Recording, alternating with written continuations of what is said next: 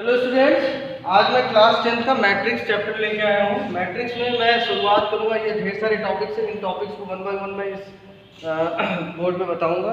आप जहाँ पे जो भी नोट करना होगा वीडियो को पॉज करके आप नोट कर सकते हैं। ठीक है स्टूडेंट, वन बाय वन में सारे टॉपिक्स को डिस्कस करने जा रहा हूँ। पहला है डिफिनीशन ऑफ मैट्रिक्स। तो डिफिनीशन ऑफ मैट्रिक्स का मतलब क्या होता है? सिंपल सी बात है, elements in the form of row and column,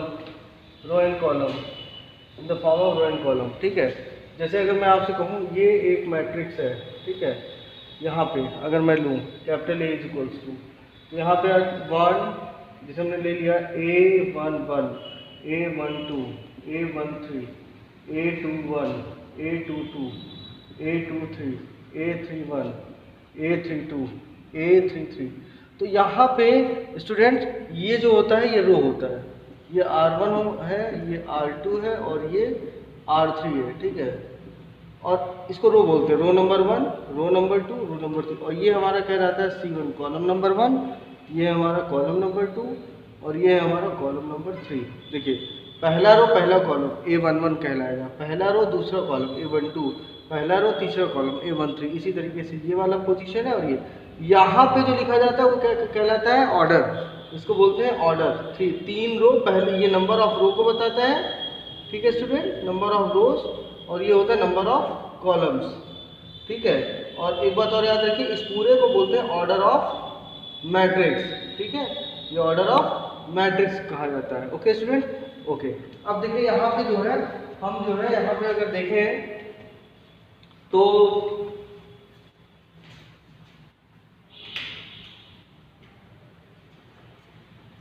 yes, यहाँ पे देखो तो ये हमारा ऑर्डर ऑफ मैट्रिक्स हो गया। अब आता है equality of matrix. Equality of matrix की अगर हम बात करें तो क्या होता है? जो दो मैट्रिक्स, इक्वालिटी ऑफ मैट्रिक्स का मतलब होता है when two matrix has same order and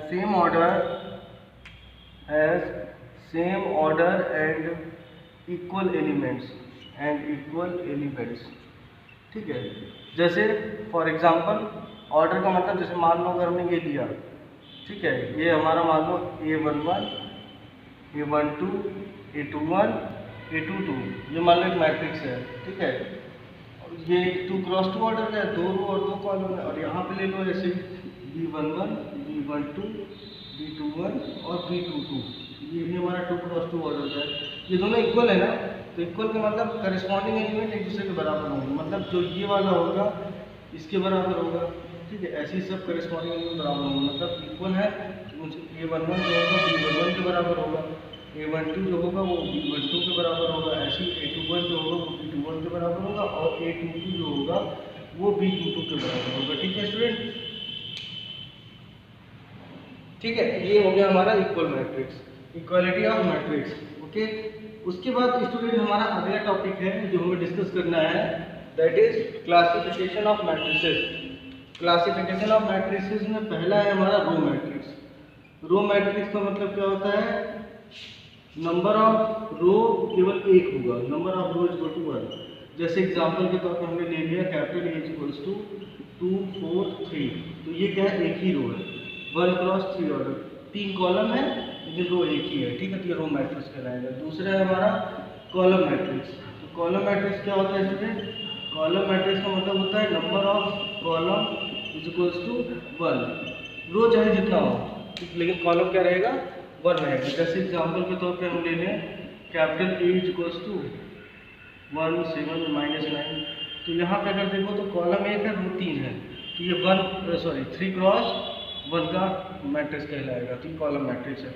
third है हमारा रेक्टेंगुलर मैट्रिक्स। रेक्टेंगुलर मैट्रिक्स का सिंपल सा मतलब होता है कि जिसमें number of rows does not equals to number of columns. जब रो और कॉलम इक्वल नहीं होते हैं तो उसको हम लोग रेक्टेंगुलर मैट्रिक्स कहते हैं। जैसे एग्जांपल के तौर पे हमने ले लिया कैपिटल A इक्वल्स टू 1, 2, 4, 7, 8, 0। तो आप देखो यहाँ पर रो कितना है, 2 है, और कॉलम कितना है, 3 है, 2 क्रॉस 3, तो ये रेक्टेंगुलर मैट्रिक्स कहलाएगा। ओके स्टूडेंट, आगे देखते हैं। रेक्टेंगुलर के बाद हमारा जीरो या नल मैट्रिक्स। जीरो या नल मैट्रिक्स का मतलब क्या होता है स्टूडेंट? जीरो या नल मैट्रिक्स का मतलब होता है जिसमें सारे के सारे एलिमेंट क्या हो, जीरो हो। जीरो या नल मैट्रिक्स। तो जीरो या नल मैट्रिक्स का मतलब होता है all elements will be zero. अगर ऐसा कोई मैट्रिक्स है तो वो हमारा क्या कहलाएगा, जीरो मैट्रिक्स। जैसे एग्जांपल के तौर पे हमने, और इसको रिप्रेजेंट कैसे करते हैं, ये कैपिटल ओ से, कैपिटल होता है या कैपिटल जीरो। जैसे हमने ये ले लिया और यहाँ पे मैंने 2 क्रॉस 3 लिख दिया, तो 2 क्रॉस 3 का मतलब एक ऐसा मैट्रिक्स जिसके सारे एलिमेंट जीरो होंगे, जिसमें 2 रो और 3 कॉलम होगा। तो 1 2 3 1 2 3, ये देखिए 2 रो और 3 कॉलम, तो ये 2 क्रॉस 3 ऑर्डर का नल मैट्रिक्स बन गया। ठीक है, जीरो मैट्रिक्स भी कहते हैं इसको। उसके बाद आता है हमारा स्क्वायर मैट्रिक्स। स्क्वायर मैट्रिक्स क्या होता है, number of rows will be equal to number of columns. जब नंबर ऑफ रोज और नंबर ऑफ कॉलम्स बराबर होते हैं तो ऐसे मैट्रिक्स को हम लोग स्क्वायर मैट्रिक्स कहते हैं। जैसे एग्जांपल के तौर पे हमने ले लिया कैपिटल ए इक्वल्स टू 1 2 3 4 1 9 6 7 3। ठीक है, तो ये हमारा क्या है, ये हमारा रो मैट्रिक्स है, ये हमारा जो है स्क्वायर मैट्रिक्स है। स्क्वायर मैट्रिक्स कहेंगे क्योंकि यहाँ पे 3 रो और 3 कॉलम है। ठीक है, उसके बाद जो है स्क्वायर मैट्रिक्स के बाद हम लोग देखेंगे यूनिट मैट्रिक्स। अगला है हमारा यूनिट मैट्रिक्स है, इसी को हम लोग आइडेंटिटी मैट्रिक्स भी कहते हैं।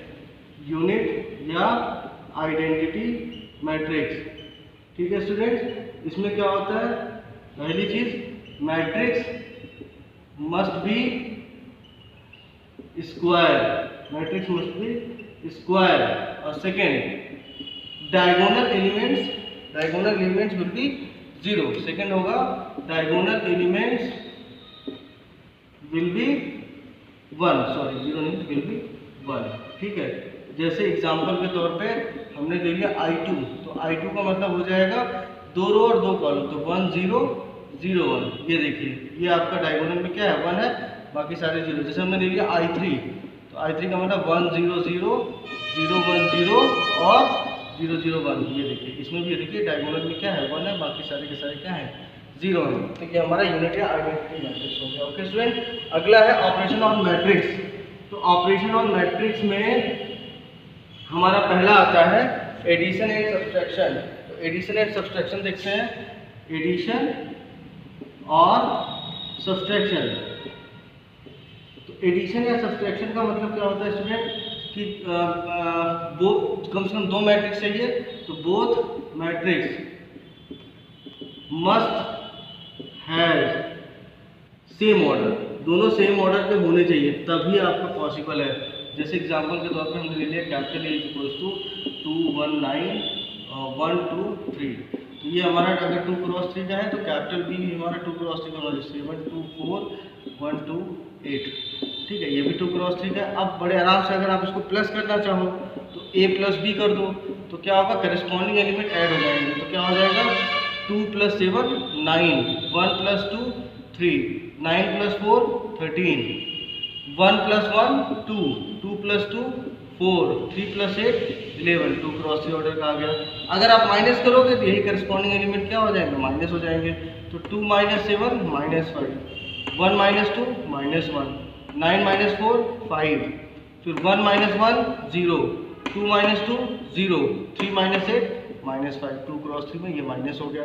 ओके सो अगला है हमारा multiplication of scalar value, multiplication of a scalar value in a given matrix. ठीक है, इसको देख लेते हैं। इस पे क्वेश्चन आता है अक्सर, कैसे आता है मैं ये क्वेश्चन दिखा देता हूँ। जैसे है जैसे हमने ले लिया, इफ मैं लिख दे रहा हूँ multiplication of scalar value in a matrix. ठीक है, ये इसका मतलब है, जैसे मान लो if capital A is equals to ये है A11 A12 A21 और A22। तो अगर मैं इसमें मल्टीप्लाई करूँ के से, के इंटू ए, तो के अंदर जाएगा, ये है A11, A12, A21, A22, तो वैल्यू अंदर जाएगा तो सब में मल्टीप्लाई होगा, ठीक है, याद रखना स्केलर वैल्यू के A11, के A12, के A1, के A21 और के A22, ठीक है।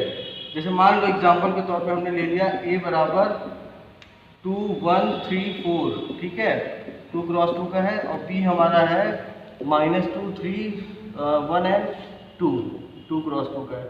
हमें चाहिए फाइंड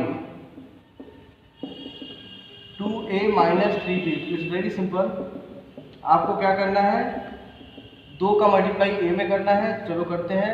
2A माइनस 3, 2 इंटू 2 4 हो जाएगा, यहाँ हो जाएगा 2 इंटू 1 2, फिर इसमें करेंगे तो आएगा 2 इंटू 3 6, यहाँ हो जाएगा 2 इंटू 4 8, माइनस 3B का करेंगे तो आएगा -6, 3 इंटू 2, 3 इंटू 3 9, 3 इंटू 1 3, 3 इंटू 2 6।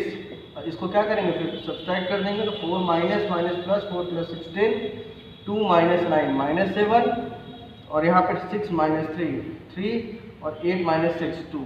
तो इस तरीके से रिजल्ट आ गया। लास्ट हमारा है मल्टीप्लिकेशन ऑफ मैट्रिसेस। ये बड़ा इंपॉर्टेंट है, इसको बहुत ध्यान से देखना, ठीक है स्टूडेंट। मल्टीप्लिकेशन ऑफ मैट्रिक्स का मतलब क्या होता है, जब दो मैट्रिक्स को मल्टीप्लाई करते हैं तो क्या होता है, यही हमें देखना है। इसको थोड़ा ध्यान से हमें देखने की जरूरत है। Multiplication of matrix, multiplication of matrices. देखिए स्टूडेंट, पहली बात याद रखिएगा, जैसे मान लीजिए हम दो मैट्रिक्स ले रहे हैं, कैपिटल ए है कैपिटल ए है हमारा m क्रॉस n का, ठीक है, इनटू मल्टीप्लाई कर रहे हैं m क्रॉस n ऑर्डर का, और एक कैपिटल b है तो n क्रॉस p, ठीक है। तो याद रखिएगा इसका जो कॉलम होता है और इसका जो रो होता है वो इक्वल होना चाहिए, सिंपल। तो मान लो जो रिजल्टेंट मैट्रिक्स आएगा अगर C आएगा तो पहले का रो और दूसरे वाले का जो कॉलम होगा वो ऑर्डर कहलाएगा m क्रॉस p का, ठीक है। अब जैसे एग्जांपल एक देख लेते हैं, हमने ले लिया कैपिटल A, ठीक है, 1 2 3 4 1 1, मान लो ये 2 क्रॉस 3 का है, और कैपिटल B ले लिया हमने, ठीक है, 2 1 4 7 एंड 1 2 सपोज दैट, ठीक है। तो ये हमारा कितना है, 3 क्रॉस 2 का है। तो हमें फाइंड करना है A into B and B into A, ठीक है। मान लो ये दोनों चीज़ें हमें फाइंड आउट करनी है। तो चलो आ जाओ देख लेते हैं, सॉल्यूशन में आते हैं, ठीक है। तो पहले A इंटू बी निकालेंगे, मैं इधर बता रहा हूँ लेफ्ट में, देख लेते हैं कैसे होगा।